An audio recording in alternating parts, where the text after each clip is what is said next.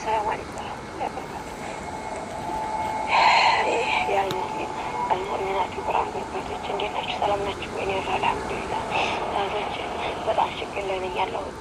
በአችሁ ኃይልኝ በዱዓችሁ እርዱኝ። በዱዓችሁም በሀሳባችሁም በተለይ ዱባይ ያላችሁ እህቶች ኤምባሲ ጋር ደውላችሁ ኤምባሲ ጋር ተባበሩኝ። ስልክ ቁጥሬን የሚሰራ ቁጥሬን በዚህ ጋር በቃለሁኝ። ከኔ መደወላችንም ስልክ ስለተቋረጠ ማለት ነው። ምናልባት ስወጣ ዛሬ አሁን ስወጣ ምናልባት ተስተካከለች ደግሞ ሰው መደወል ነው እንጂ እኔ ሲደወል ማንሳት ነው እንጂ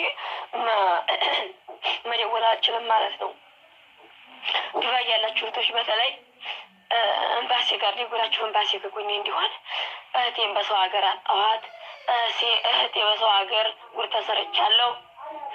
ሶብሩን እንዲሰጠኝ ለእናቴም ሶብሩን እንዲሰጣት እኛም ሶብሩን እንዲሰጠን ዱዓችሁ ነው የምፈልገው። በዱዓችሁ አትርሱኝ።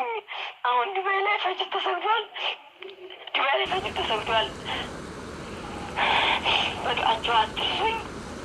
የኢትዮጵያ የዚህ ሀገር ኤምባሲ እንዲተባበረኝ ትናንትና ነው ሐኪም ቤት ያስገቧት።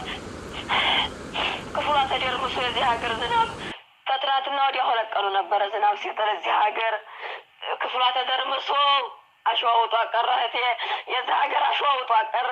ህፃኒቷ እህቴ ተቀብራ ቀረች። አሸዋ በልቶ ቀረ። ከእንዲህ አይነት ነገር አላህ ይጠብቀን እህቶች፣ አላህ ይሰውራችሁ። በስደት ያላችሁ እህቶች ይከብዳል በጣም። ከቤተሰብ እንዴት ተነፋፈቅን፣ እንዴት ተቃጠልን።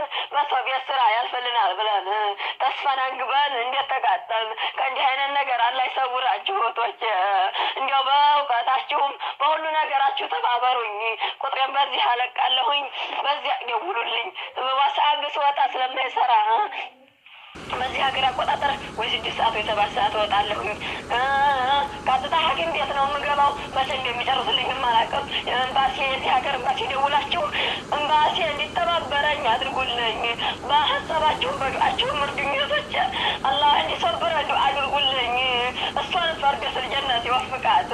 ወጥቶ ከመቅረት አላህ ይጠብቀን። በሰው ሀገር ይከብዳል እህቶች፣ በጣም ይከብዳል።